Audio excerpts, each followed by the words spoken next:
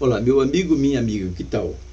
Você já ouviu em algum lugar desse planeta chamado Terra ou Brasil, algum cidadão se dá bem fazendo empréstimo do banco? E, sobretudo, esses bancos comerciais que têm taxas de juros escorchantes? Já viu? E é claro que, principalmente no Brasil, não tem como, onde o senhor Roberto Campos Neto coloca a taxa de juros da Selic a 13,75. Eu fiz uma simulação um dia desse no Banco Bradesco, pegando 10 mil reais com 2 meses de prazo. Sabe quanto disseram que eu teria que pagar no final? 10.895. E aí eu fiz uma pergunta: e se eu deixasse esses 10 mil durante 2 meses? Quanto que eu receberia? Logo veio a resposta: R$ 10.150. Isto é ou não é um roubo? Então, e como que pode um cidadão se dar tão bem no nosso país desta forma, desta maneira? Então, é bom que a gente fique atento. De quem é que eu estou falando? Eu estou falando de uma figurinha. Qual dessas duas figuras você acha? Preste atenção nesta reportagem a respeito do senhor Arthur Lira, aquele que tentou silenciar o ICL Notícias.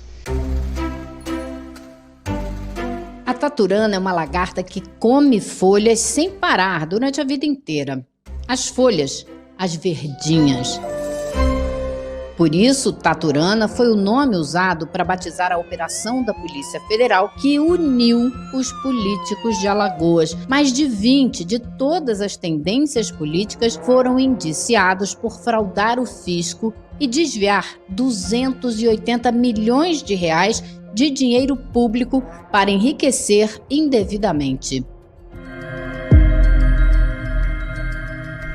Deputados estaduais de Alagoas naquela época estavam no mesmo barco com representantes do PMDB, do Avante, republicanos e PSB, entre outros. A sentença foi a mesma para todos: devolver o dinheiro e perder os direitos políticos. Mas muitos continuam na vida pública. Apesar de que a pauta é prerrogativa do presidente da Casa.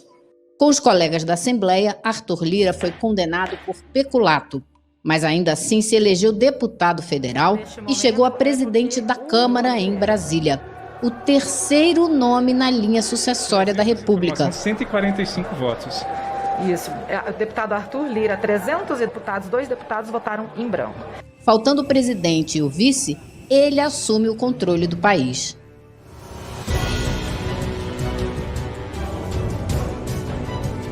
Depois de 1 ano e meio de investigações, a Polícia Federal deflagrou a taturana em dezembro de 2007 e cumpriu 79 mandados de busca e apreensão em Alagoas. Encontrou nas casas dos políticos as provas das atividades ilegais. A Promotoria Pública do Estado abriu o processo que indiciou 20 deputados e um superintendente do Banco Bradesco. Vale lembrar que Alagoas é um dos estados do Brasil com os piores índices de desenvolvimento humano, com péssima distribuição de renda e índices ruins de mortalidade infantil, evasão escolar e analfabetismo. Os deputados usavam as verbas de gabinete. Elas eram depositadas na conta bancária particular dos políticos. Com um saldo mais poupudo, eles levantavam empréstimos na agência e davam como garantia cheques da Assembleia Legislativa no valor das prestações. 3 pessoas assinavam esses cheques em nome da mesa diretora: o presidente da Assembleia e os 2 secretários. Arthur Lira era um deles. O salário dos deputados era de cerca de R$ 9.500 por mês, mas a verba de gabinete era de 39 mil. Eles usavam a verba como se fosse complemento do próprio salário e não pagavam os cargos comissionados das pessoas que supostamente trabalhavam nos gabinetes. Dessa forma, deputados que recebiam pouco mais de R$ 7 mil líquidos tinham gastos mensais da ordem de 50 mil. O processo, na época, apontava que os referidos deputados apresentavam patrimônio absolutamente incompatível com seus rendimentos oficiais. Arthur Lira, como os outros, colocava na folha de pagamento do pessoal do gabinete funcionários que nunca trabalharam de fato, como é o caso de Ângela Maria Gomes de Almeida. Ela contou à polícia que, por conta do seu relacionamento amoroso com Arthur Lira, foi inserida na folha de pagamento da Assembleia, mas nunca exerceu de fato a função nem recebeu salário. É a famosa rachadinha. Com relação a Lira, diz o processo, houve uma movimentação financeira totalmente incompatível com os rendimentos que o parlamentar declarou à Receita Federal. Mais de 13 milhões de reais entre 2001 e 2006. A página 23 do processo mostra os 4 empréstimos tomados por Arthur Lira. O primeiro, no valor de R$80 mil, o segundo de 100 mil, o terceiro de 150 e o quarto, o mais alto, no valor de R$230 mil. As parcelas dos empréstimos, segundo o processo, foram pagas com cheques do Poder Legislativo do Estado.